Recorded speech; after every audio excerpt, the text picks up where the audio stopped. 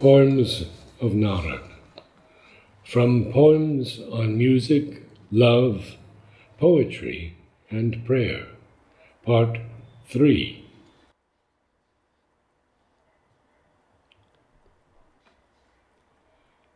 The Hymn of All the Heavens.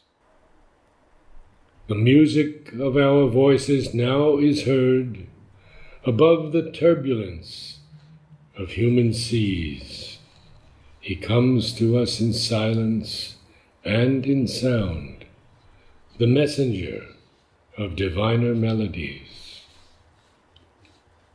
inspiring our efforts to transcend the incessant beats battering our ears, unbearable its noise devoid of love, the rock-hard rhythms of soul-forgetful years.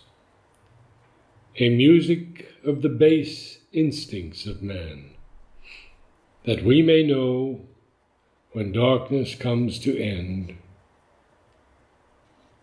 our songs as prayers arising from within, aspiring in oneness to descend the choral odes, the music of the stars, the hymns of all the heavens, one with ours.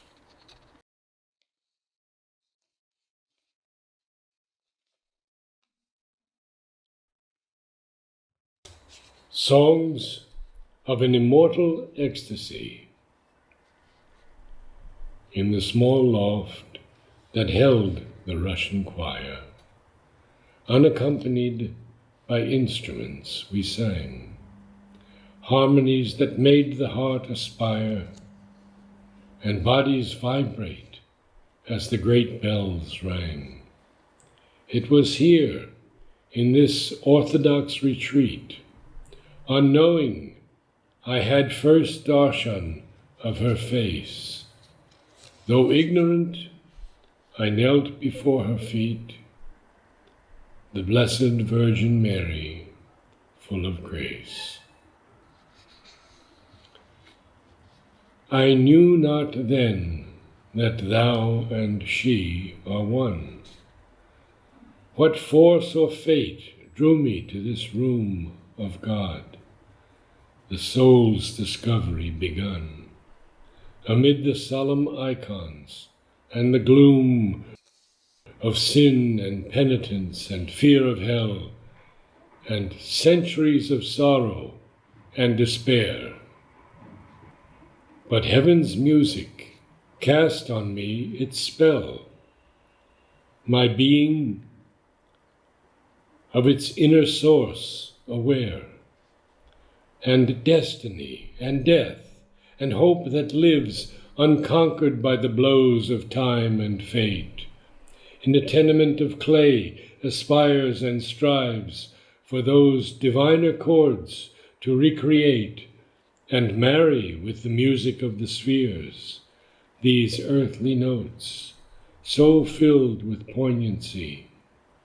By God delight, replace our human tears with songs of an immortal ecstasy.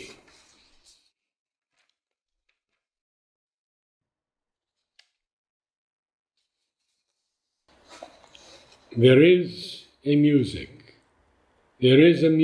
heard within the soul, melodious, but to the mind unknown, a single note that can contain the whole, all sounds it seems, and yet a sound alone. It is a drone that makes the silence ring, and the enchanting music of the spheres, a great cathedral bell's awakening, or temple gong across the bridge of years. At birth, its music hums in crystal tones. At death, it sings the weary soul to rest. Its chant, safe passage through the danger zones, swelling to a hymn among the blessed. The mantra of love, it is the distant Om that in our hearts now finds its lasting home.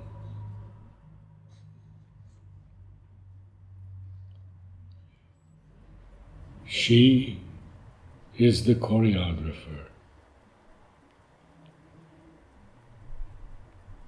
Like cymbal notes upon an ancient staff, a music intimate and wandering, played across the pages of my life. I sang the odes that built the hidden worlds, and chanted to the Godhead hid in me. In the faint recesses of my secret soul, new melodies were formed from earthly strains, and I, unknowing whence this sound was born, was led into the fire by her hand, and knelt in fragrant hours by her feet.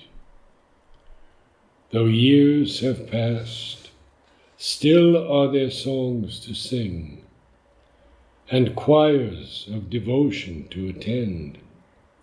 It is she who brings the rhythm of the dance, creating worlds where nothing was but dust. She is the choreographer of life, and all the harmonies of far-flung stars that yearn to be embodied in our hearts.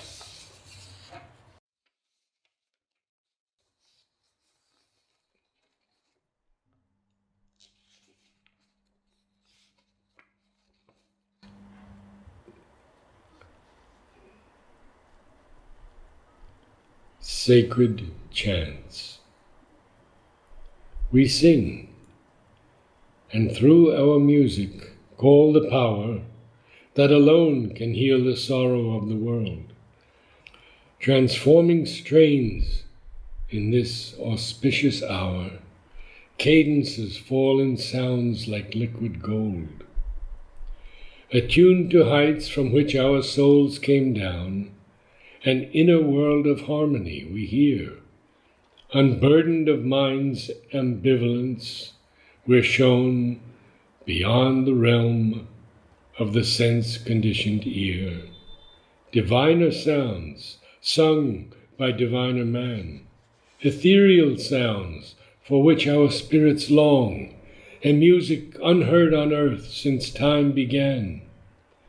And in the silence hearken to the song of the singer, who upon the cosmic lyre shall lift our hearts, our sacred chants inspire.